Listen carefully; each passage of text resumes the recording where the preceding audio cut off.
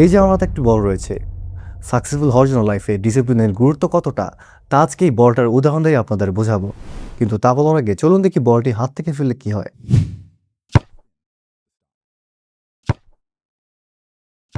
খেয়াল করে দেখেছেন বলটা পড়ার সাথে সাথে অনেকগুলো জাম্প করলো, কিন্তু কিছুক্ষণের মধ্যে আবার থেমে গেল। ঠিক একইভাবে মোটিভেশন কিন্তু আমাদের লাইফে ঠিক একইভাবে কাজ করে। কোনো ভিডিও বা স্টোরি দেখে আমরা হুট করে অনেক মোটিভেটেড হয়ে যাই। শুরুতে স্পিড অনেক থাকে, কিন্তু মোটিভেশন শেষ হওয়ার সাথে সাথে আমাদের কাজও থেমে যায়। এবার দেখুন আমি হাত দিয়ে বলটিকে বাউন্স করছি।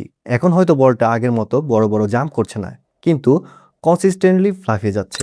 এটা ততক্ষণ থামবে না যতক্ষণ পর্যন্ত আমি বলটাকে পুশ করা বন্ধ করছি। এটাই হলো ডিসিপ্লিন। মোটিভেশন হয়তো আপনাকে কোনো কাজ শুরু করতে সাহায্য করবে, আর ডিসিপ্লিন আমাদের লাইফে সেই কাজটিকে শেষ পর্যন্ত করিয়ে ছাড়বে। এই ভুলটা আমি নিজেও করেছি। কয়েক মাস আগে আমি একটি স্যাস প্রজেক্ট স্টার্ট করেছিলাম। শুরুতে আমি এতটাই মোটিভেট ছিলাম যে ওই প্রজেক্টের 70% কাজ 3-4 দিনে কমপ্লিট করে ফেলি। কিন্তু এরপর যখন আমার মোটিভেশন শেষ হয়ে গেল, ওই 30% কাজের 1% কাজও আমি এখন পর্যন্ত কমপ্লিট করতে পারিনি। সেদিন যদি আমি মোটিভেশনের আশায় বসে না থেকে ডিসিপ্লিন এবং কনসিস্টেন্সি বজায় রেখে কাজটি করতাম, তাহলে এতদিনে হয়তো আমার প্রজেক্টটি রান হয়ে যেত। আমাদের মস্তিষ্ক যখন কোনো বড় লক্ষ্য বা গোল ছাড়া কাজ করে, তখন সে দ্রুত ডোপামিন হারায়। একে বলা হয় হেডোমিক অ্যাডাপ্টেশন। আপনার মস্তিষ্ক যদি না জানে এই কাজের এন্ড রেজাল্ট কি আসবে, তবে সে খুব দ্রুত ডিমোটিভেট হয়ে যায়। তাই শুধু কাজ করলেই হবে না, একটা ক্লিয়ার গোল নিয়ে ডিসিপ্লিনড ওয়েতে এগিয়ে যেতে হবে।